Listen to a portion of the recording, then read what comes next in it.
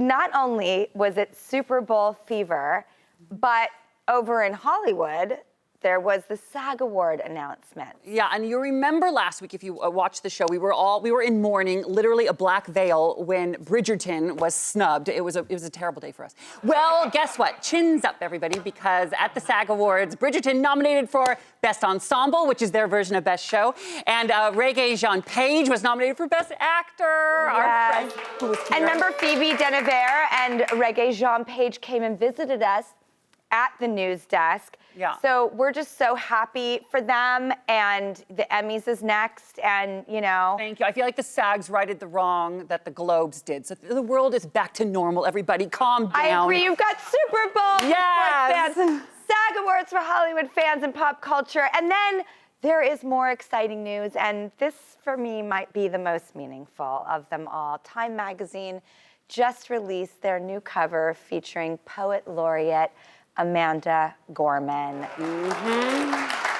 Superstar. I am a little bit shaky right now about how much I love her, and the Super Bowl was also smart enough to have her do a reading. From the inauguration to the Super Bowl to Time magazine, I also feel like a true renaissance is going to happen, all due to her.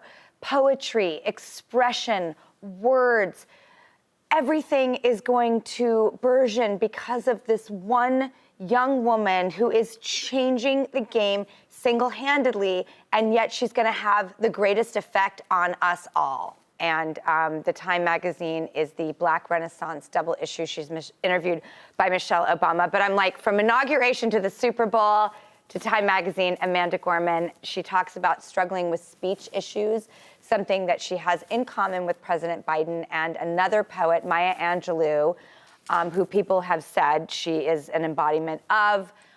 She studied to become a better writer, and Amanda is such a rock star and a bright light. Go get this issue. Yeah, it's pretty incredible. The hottest person in show business right now is a poet laureate, right? Named Amanda Gorman. Amazing, and just having such a moment. All right, the next story, Drew, comes to us from New Orleans. Mardi Gras is coming up just next week. Are you ready? And even though the parades have been canceled for the first time in 40 years, people are still finding a way to celebrate. You can't keep people down when they want to celebrate Mardi Gras. People reports New Orleans residents are turning their homes into Mardi Gras floats. Yeah, check these out. We got pictures. These were done by artists and just everyday people who wouldn't be brought down by the pandemic. They are adapting to the year and keeping this incredibly rich tradition alive. I love this. I've never been to Mardi Gras. I've been to New Orleans, but I'd love to go one day. I'm just afraid people would try to give me beads to keep my top on, you know? But have you ever been? I did go to Mardi Gras. And? Oh, it was so much fun. But don't you love that these people just said, yeah, we can't have a parade, we can't do what we normally do. And these are parade people down there, that they just said, we're gonna do it our way. I just love the look of the homes, too. I just, you know, they saved Mardi Gras. They did. Okay, and next up is a story of a man who saved something else that's very precious. Aww. This story really speaks to me, Ross. So the New York Post reports that this garbage truck driver in Ohio, well, he saw something like moving in the garbage. He saw like a backpack actually like shape-shifting, and he went and he picked it up and he unzipped it, and inside was a abandoned puppy. Oh my gosh, you're trying to kill me, Drew. I know. Yeah. Oh and my God, look. She's getting it, he took her to the vet, she got treated, and ultimately he said, you know what? I think we found each other and I'm gonna adopt her. There is a reason that man saw that bag move. And this is one of those stories that if you're having a bad day and a story like this pops up on your news feed, it's for a reason too, because it makes you remember there's so much goodness in the world. I found out about it, and it just overtook my whole day. Yeah. It just gave me that hope, the look in both of their eyes. I really took this one to heart, I have to say. Yeah, it was Thank you.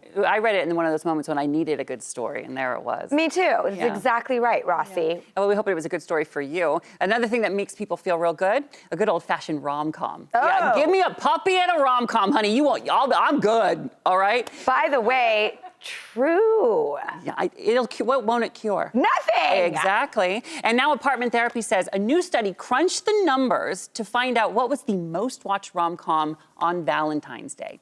Now, Drew and we're reading this for the first time. I said, I don't want to know what it is. Me too. You don't know? Okay, no, great. We're gonna find out. You know, Ross and I like to do things fresh. If we play a game here, we do not know the questions, let alone the answers. We like spontaneous reactions. You can never get it back once you know, so keep it fresh. Plus, we're really bad liars. I mean, we can't fake it. Okay, so 2020, and the number one movie for Valentine's Day was, for reals, The Princess Bride. Oh, good for everyone. Good for everyone. If you haven't seen that, that's an oldie but a goodie. Oh, you have to. I show my daughters and I play it all the time. What about this one? This one I can understand, Pretty Woman, which one took 2 years in a row before the Princess Bride one. Hello, Pretty Woman. Do you know that was originally called 3000? Yes, I do, because he paid her $3,000. I love that you know that, because I just found that out. Yeah, there was a different ending too, and we actually work with Raja Gosnell, who is the editor of Pretty Woman and the director of Never Been Kissed. So yes, I tried to get every piece of information I could. I'm Googling it later. It's so cool. All right. Oh, there's also a map of the most popular February 14th rom-coms in every single state, and it looks like Washington and California, where I'm from or where you're from, they went for Princess Bride. But our state where we live now in New York, they loved Crazy Rich Asians in 2020, which is a great movie, too. I was just going to say, I just was watching that the other night with Olive. We love that movie so much. Well, you know, and I'm looking here, too. You should go to Minnesota next and Hawaii, because 50 First Dates was their favorite movie. Yeah, It's been number one there for 3 years in a row. No! Oh, my gosh! Well, first of all, Hawaii is so great because that's where we made it. Yeah. But Minnesota, I'm so honored. I love Minnesota. That's so cool. Congrats to you. Oh my God, thank you, Minnesota. Thank you, Hawaii. And speaking of Valentine's Day, if you have a special little cutie that you want to impress, or if you just want a snack to go along with your rom-com marathon, well, we've got just the thing for you today in today's food news. Nom, nom, nom, nom. That makes me laugh every time. So Refinery 29 has shared the mother of all Valentine's gifts. It's a meat bouquet, Ross. Oh, thank God. Finally, somebody invented it. Look at that. Well, and you know, flowers are nice, dear, but it's been done. I think this is a great idea. If somebody, let me tell you, I mean, you send me tulips, great, I'm in. But if you send me a bouquet of chicken fingers, you can get it, all right? There's nothing I love. The chicken, the finger is the best part of the chicken. Everyone knows that. Right? I think this is a great idea. And think about, for men, if you're searching for your husband or something, get him a meat bouquet. He'll love it. I think you all know what I'm thinking. Well, anyway, Food 52 is who recommended that you go to Olympia Provisions and get your loved one a meat bouquet today.